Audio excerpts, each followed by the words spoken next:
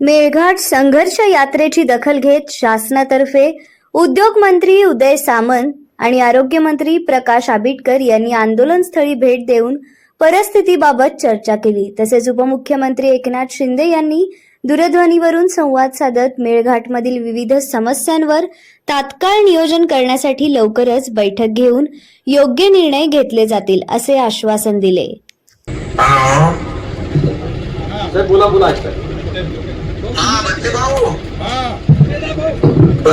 बच्चे भाऊ जय महाराष्ट्र, जय जवान जय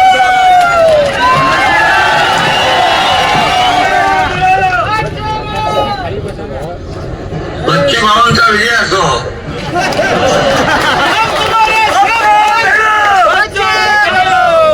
अरे बच्चे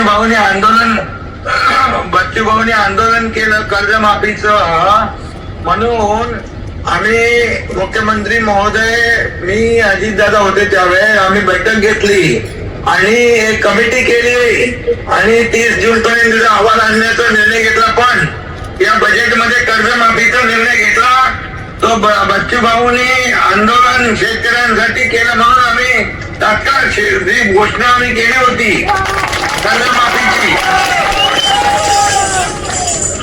कर्जमाफीची घोषणा जी केली होती, वचन दिलं होतं निवडणूक पूर्व काळात, निवडणुकीच्या वेळेस ते आम्ही पूर्ण केलं।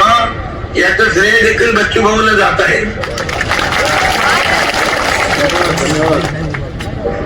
आणि बाकी आरोग्य, उद्योग, पाणी पुरवठा, आरोग्य मंत्री पण तिकडे गेले, उद्योग मंत्री पण तुमच्याकडे आहेत आणि पाणी पुरवठाचे गुलाबराव पाटील आणि काही विषय जे रोजगार हमी योजनेचे आहेत ते देखील आपले मंत्री सोडवतील। स्कायवॉकचा विषय आहे, मेळघाटचा विकास आहे आणि मी स्वतः मुख्यमंत्री महोदयांना देखील या बाबतीमध्ये सांगतो आणि याच्यामध्ये मी स्वतः पाठपुरावा करून मुख्यमंत्री महोदयांकडून आपण जे जे काही विषय आहेत, उरतील काही विषय पॉलिसी मॅटर आहे ते आपण सोडवण्यासाठी सगळे प्रयत्न करू। पूर्ण टीम तुमच्या मताशी सहमत आहे।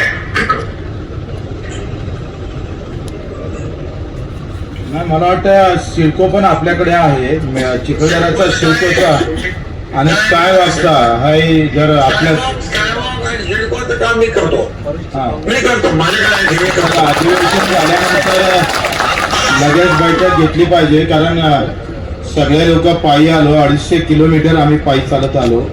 आमचा तुमच्यावर विश्वास आहे, कर्जमाफीची तुमची भूमिका या शेतकऱ्याच्या डोळ्यातली आसू पुसण्याची होती, पण आता मेळघाटचे पण आसू तुम्हाला पुसावं लागेल अशी तुम्ही मला सगळ्यांना एकदा हमी दिली तर अधिक त्यांना थोडा।